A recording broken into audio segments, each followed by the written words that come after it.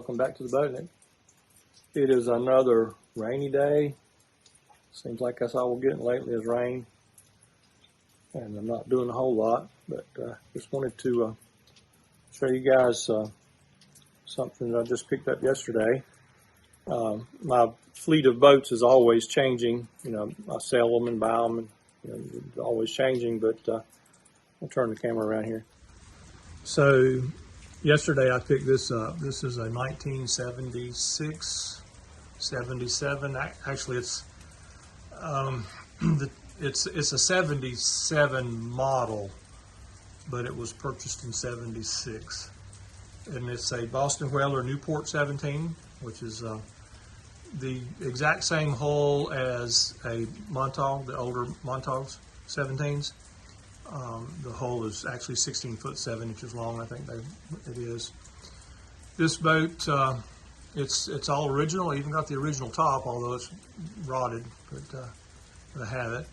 So it's pretty much all original. It is really dirty. It hasn't been used in 6 or 7 years or so, and just been sitting in somebody's backyard and collecting dirt and dust and grime. The hull seems to be relatively dry.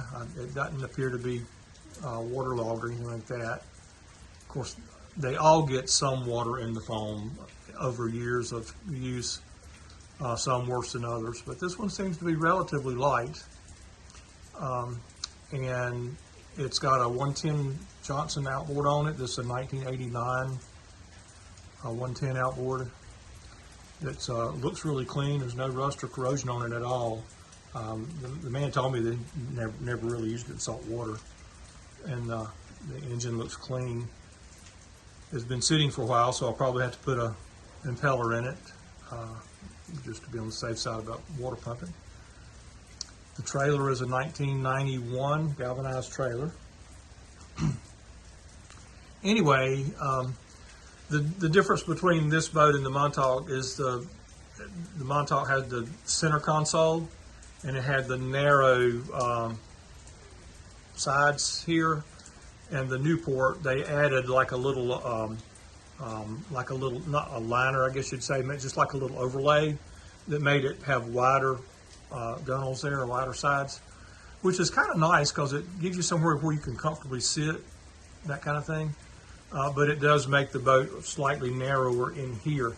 These actually can be removed, by the way. They're put on with screws, and they fasten behind the rub rail.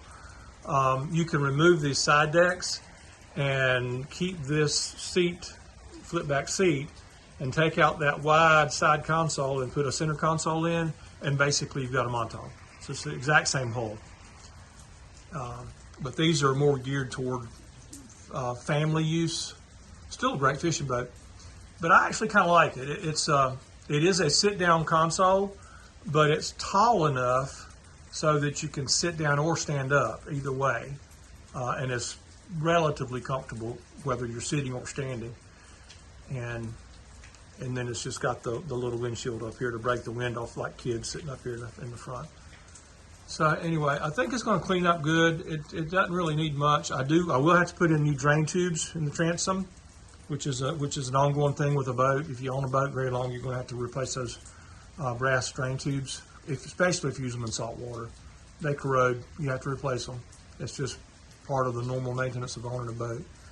So I'm going to put probably rebuild the water pump in the engine, replace all of the brass drain tube through holes everywhere. And I'm going to put a new steering cable on it because the steering cable seems to be froze up. And then, of course, pressure wash it, clean it up. And then it should be good to go. The little Henry O 16 that I had, I sold that boat recently. So I was looking for something else and ran across this, and I thought this will be a fun little boat to fix up. So that's going to be something that I'm going to probably put this ahead of everything else of the next couple of weeks, just so I can get it where I can put it in the water and use it, because I want to do some fishing, for the fall. So anyway, just another project. One other boat that I have just purchased very recently, and you might see it in the background right there. That is another Montgomery 17 sailboat right there. That's my old Montgomery 17 out there, and this is a 1983 one that I just bought, and it needs a bit of work. The hull is in great shape, the cabin and all, everything's in pretty good shape, but on that boat, the keel, the centerboard, the cast iron centerboard that always corrodes, I'm gonna have to pull the centerboard out and refurbish the centerboard and clean up the keel to get that boat ready. And that boat, I'm gonna end up selling that boat.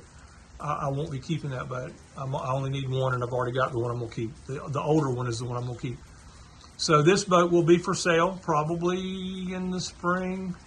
Like I said, I've got to clean up the keel and redo the centerboard, and I've got to make new hatch boards for it, and I've got to replace the hatch board side rails are missing, but it's got reasonably decent sails. It's got, everything's there. It just needs a little bit of work, but the hull itself is great. There's no issues with the hull or the cabin top or anything like that.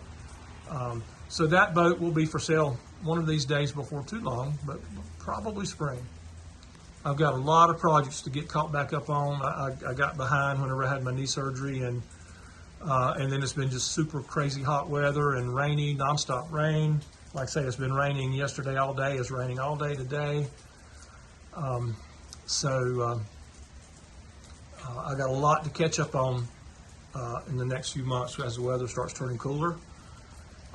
Haven't forgotten about that Com-Pac 23 with the inboard diesel possibility. That probably is going to happen. I've still got a little bit more sanding on the bottom paint on that boat to do. I've got the whole bottom cleaned with the exception of just the keel.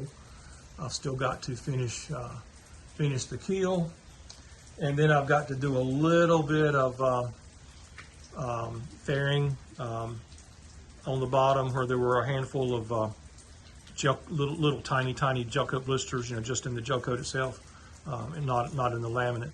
But I'm going to fair those out, sand it out, and then I'm going to put multiple layers of barrier paint on that 23 before I put my bottom paint on it.